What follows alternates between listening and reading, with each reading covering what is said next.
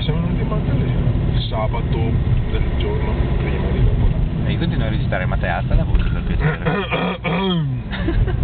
Schiarisco l'ugola. Oh, ma perché siamo venuti in Maddalena sabato sera, al posto di andare a Donne, andiamo a Stambecchi. Beh, a Donne almeno, non ci andiamo noi, ma andiamo a sgamare gli altri. Magra consolazione. Magra, molto magra. Per di più l'altra magra è che non c'è Verri, quell'idiota di Varacca, che questi viaggi li si fa solo con lui, per lui. Ma sai com'è? Da quando ho aperto gli occhi. Oh, ma stiamo andando veramente a casa di Dio, cioè non c'è niente qua. E continuo a registrare, tanto questo lo taglio poi in fase di montage.